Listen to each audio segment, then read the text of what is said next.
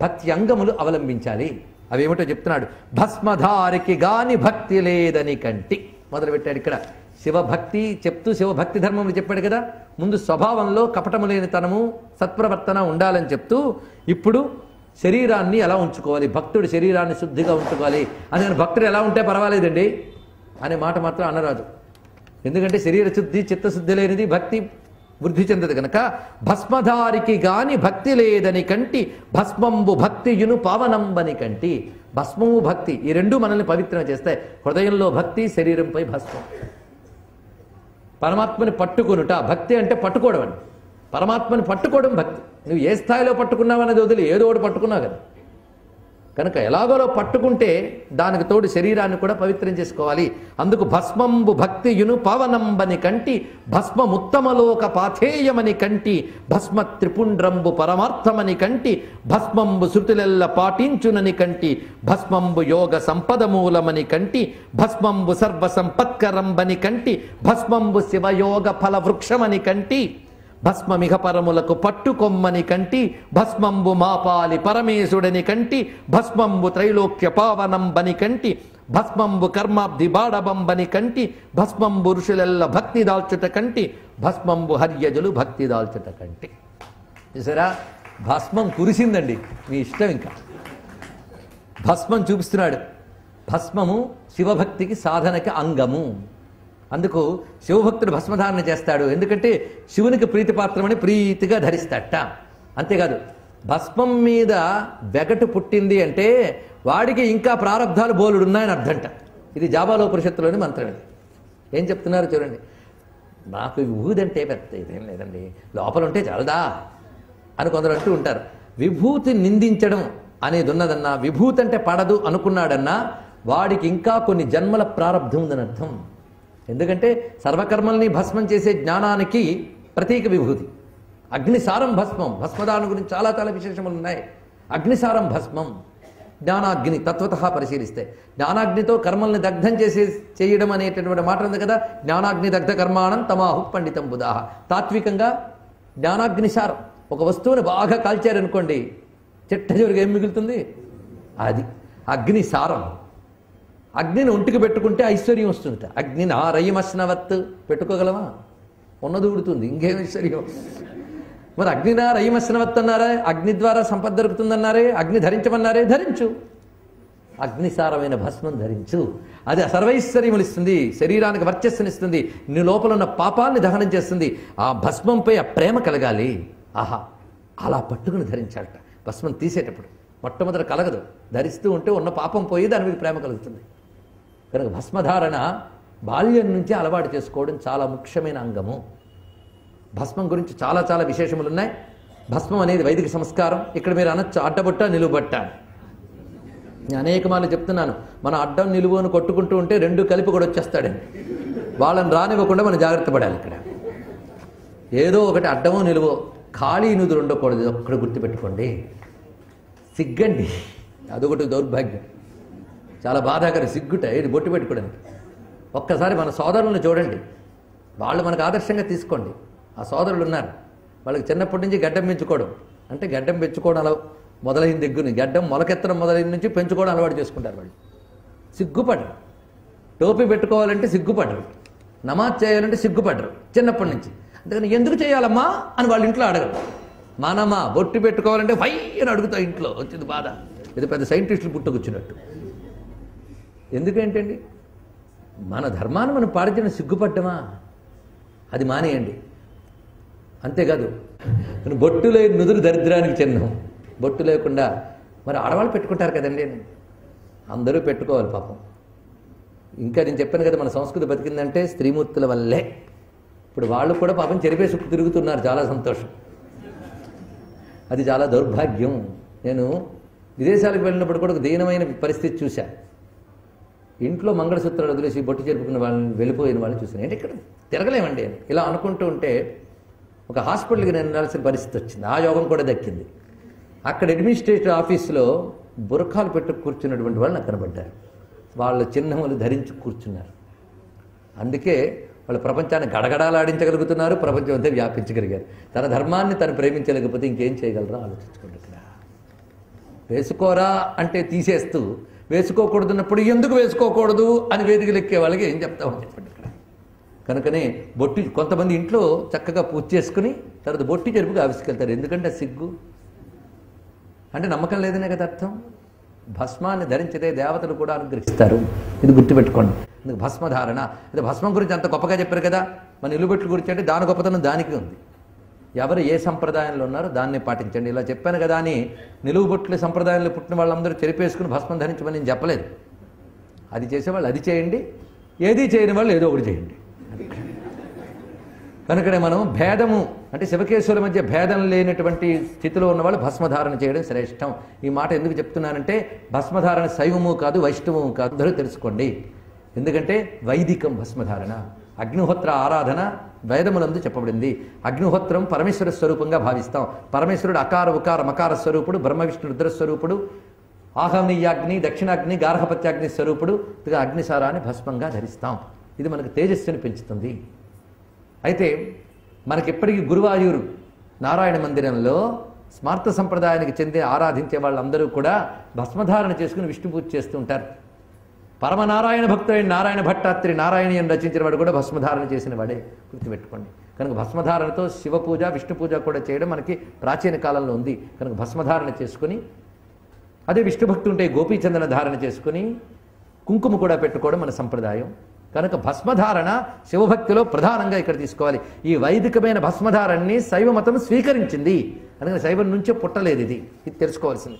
కనుకనే భస్మధారికి గాని భక్తి లేదని కంటి. భస్మం భక్తిని పెంచుతుంది. అంతేకాదు భస్మ రేఖలు త్రిపుండ్రములుగా ధరించాలి. ఇది చాలా ముఖ్యం. ఎవరెవరు ధరించాలి దీనికి కూడా ఇక్కడ చెప్తున్నాడు.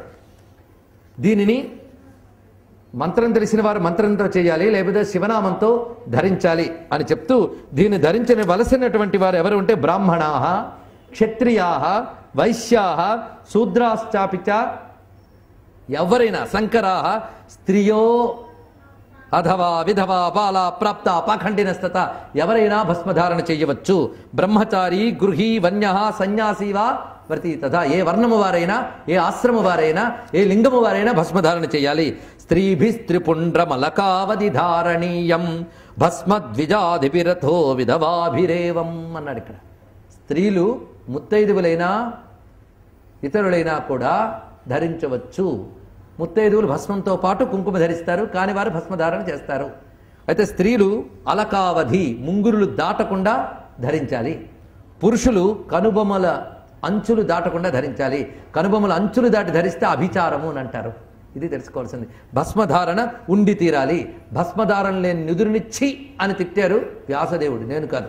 ధిక్ భస్మరహితం ఫాలం దిగ్గ్రామమ శివాలయం దిగనీశార్చనం జన్మ దిగ్విద్యామ శివాశ్రయం.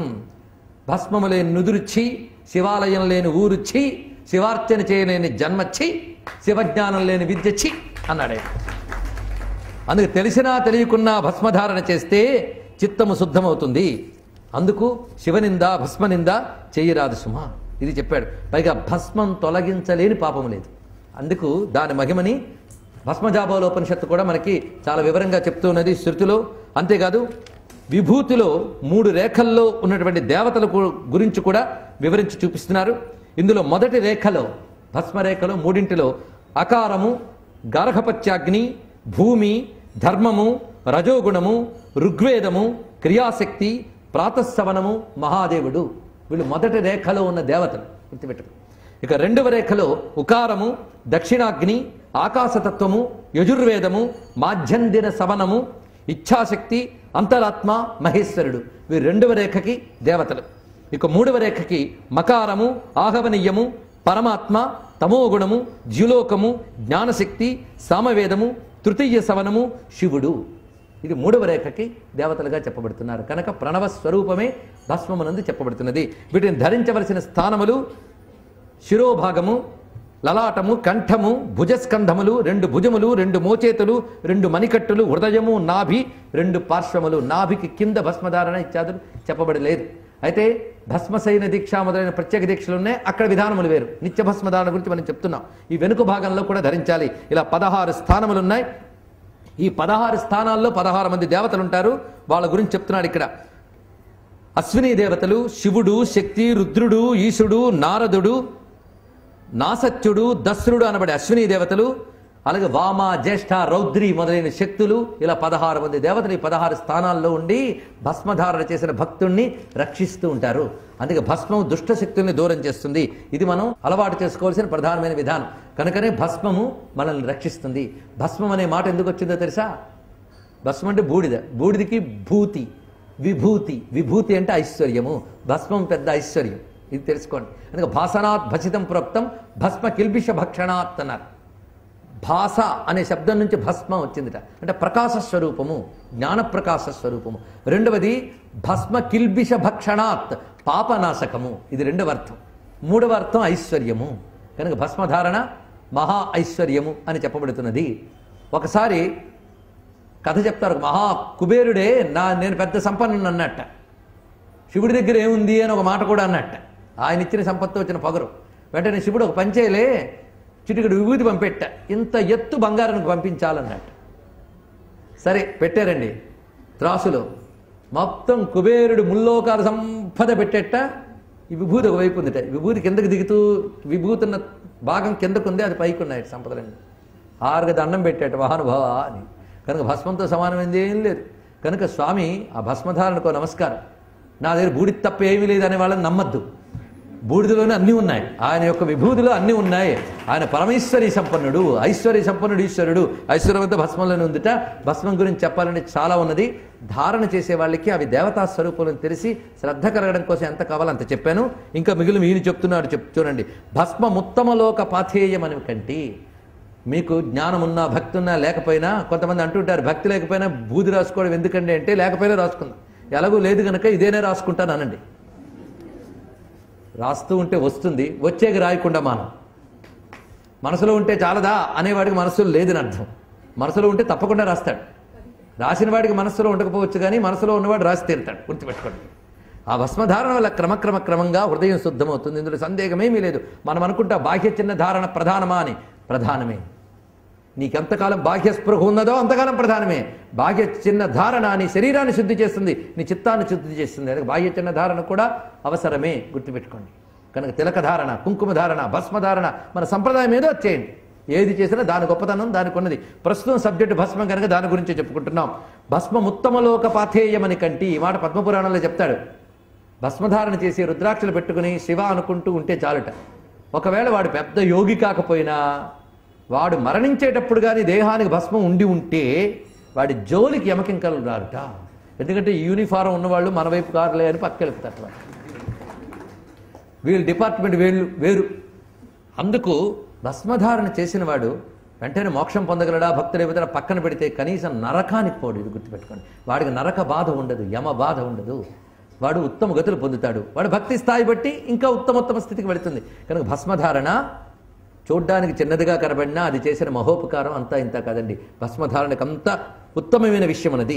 అందుకు భక్తి ఉత్తమలోక పాథేయమును గంటి. ఉత్తమలోకం వెళ్ళడానికి దారి భత్యం భస్మం. భస్మ త్రిపుండ్రంబు పరమార్థమని కంటి. ఇందులో పరమార్థం ఏంటి? పరమార్థం అని చెప్పాను కదా. భస్మంబు శృతులెల్ల పాటించునని కంటి. వేదం కూడా భస్మమహిమని అనేక చోట్ల చెప్పింది. దానికి సంకేతంగా జాబాలి ఉపనిషత్తులో జాబాలి మహర్షి చెప్పినటువంటి వైదిక విషయములు ఉన్నాయి. భస్మధారణకి వైదిక విజ్ఞానం చాలా ఉన్నది. భస్మధారణ వైదికము. అందుకే శంకర భగవత్పాదుల వారు భస్మధారణ అంగీకరించారు. ఈ భస్మం చూసి చాలామంది శంకరులు శివభక్తులు అని అంటారు. అని శివభక్తులు కాదని నేను అన్ను, కానీ ఆయన శివభక్తులు విష్ణు భక్తులని మాత్రం కేటాయించలేము. ఆయన భేదము లేని జ్ఞానాన్ని పెట్టినటువంటి వాడు కదా అద్వైతి. అద్వైతికి భేదం ఉండదు. అర్థమవుతున్నది కదా. మరి ఆయన ఎందుకు భస్మధారణ చేశారు? అది వైదికమని, ఆయన వేదధర్మ ప్రతిష్టాత కనుక దాన్ని ఆయన అవలంబించాడు. అందుకు భస్మంబు శృతులెల్ల పాటించునని కంటి. భస్మంబు యోగ సంపద మూలమని కంటి. భస్మం చేసేవాడికి యోగ సిద్ధి త్వరగా వస్తుంది, సాధించి చూస్తే తెలుస్తుంది. భస్మంబు సర్వ సంపత్కరంబని కంటి. భస్మంబు శివయోగ ఫలవృక్షమని కంటి. ఈ మాట వేయడం సామాన్యులు వేయలేరండి. శివయోగం ఫలం అంతే కదండి. జీవులకు కావలసిన ఫలం ఏమిటి? శివయోగం. యోగం అంటే కలయిక, శివుడితో కలిసిపోవాలి. కలిసిపోవాలంటే మరణించేకి లీనమవడం కాదండి, మనస్సు మహాదేవుడితో కలవడమే యోగం. అంతేగాని ఇంకా ప్రపంచంతో కొంత కలిసిందంటే యోగం పూర్తి కాలేదనమాట. పరమాత్మతో మనస్సు కలవడమే యోగం. ఆ శివయోగం రావాలి కనుక శివయోగం ఫలమా? ఆ ఫలానికి చెట్టు భస్మధారణ అన్నాడు ఇక్కడ.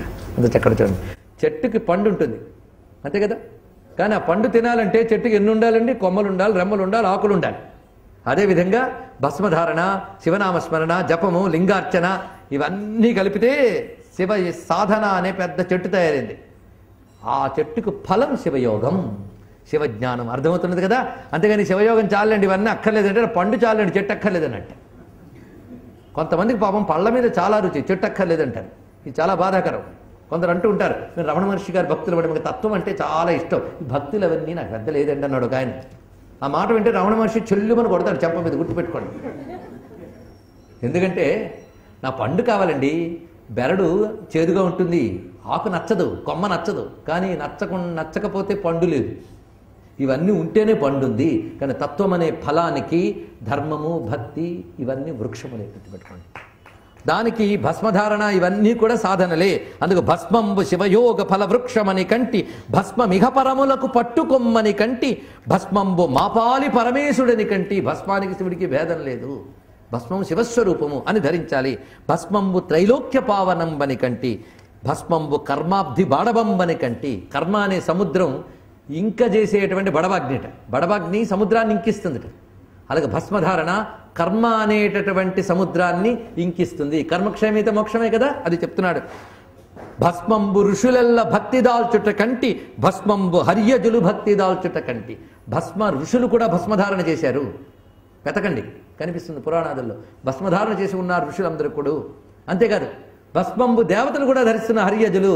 ఎందుకంటే భారతం చూస్తే కృష్ణ పరమాత్మ ఉపమన్యువు దగ్గర శివదీక్ష తీసుకుని భస్మధారణ చేసి శివారాధన చేసి శివ సాక్షాత్కారం పొందినట్లుగా భారతం మనకు వర్ణిస్తుంది. అలాగే పద్మపురాణం మీరు పరిశీలించినట్లయితే అగస్త్య మహర్షి దగ్గర విరజాదీక్ష తీసుకుని రామచంద్రమూర్తి శివారాధన చేసి భస్మధారణతో శివయోగం అవలంబించి శివ సాక్షాత్కారం పొందారని పద్మపురాణం వర్ణిస్తున్నటువంటి విషయం.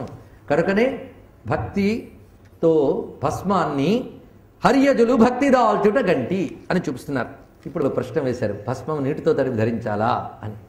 దీక్షితులైన వారు ఎప్పుడు భస్మం ధరించినా నీటితోనే తడిపి ధరించాలి. దీక్షితులు అంటే శివదీక్ష, శ్రీ విద్యాదీక్ష ఇత్యాదులు పుచ్చుకున్నవారు.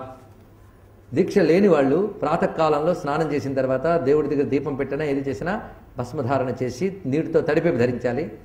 మధ్యాహ్న సమయంలో అయితే మాత్రం కేవల భస్మాన్ని ధరించాలి. కేవల భస్మం శుద్ధి కోసం నీటితో తడిపి ధరించడం అది దీక్షా నియమం కోసం. స్నానం చేస్తే సగం శుద్ధి, భస్మధారణతో పూర్తి శుద్ధి అవుతుంది శరీరం, గుర్తుపెట్టుకోండి. అందుకే భస్మధారణ లేకుండా స్నాన సంధ్యాది జపములు చేయరాదు. అయితే శైవ దీక్ష తీసుకున్న వాళ్ళు చేసే ఆబ్దికాలు భస్మధారణతో చేయాలి. శైవ దీక్ష లేని స్మార్తాదులు మాత్రం ఆబ్దికాదులు చేసినప్పుడు భస్మధారణ చేయరాదు. ఇది వారికి. కనుక కొన్ని శాస్త్రములందు భస్మం లేకుండా శ్రాద్ధం చేయకూడదండి అనే మాట కనబడితే అది శైవ దీక్ష తీసుకున్న శైవులకు అని తెలుసుకోవాలి. స్మార్తులకు అది వర్తించదు, అక్కడికి ఆబ్దిక్ కర్మకు మాత్రం. కానీ సంధ్యావందనాది కర్మలు భస్మధారణ చేయకపోతే వృధా, ఇది గుర్తుపెట్టుకోండి. భస్మధారణ చాలా ముఖ్యమైనటువంటి విషయంగా చెప్పడం జరుగుతోంది.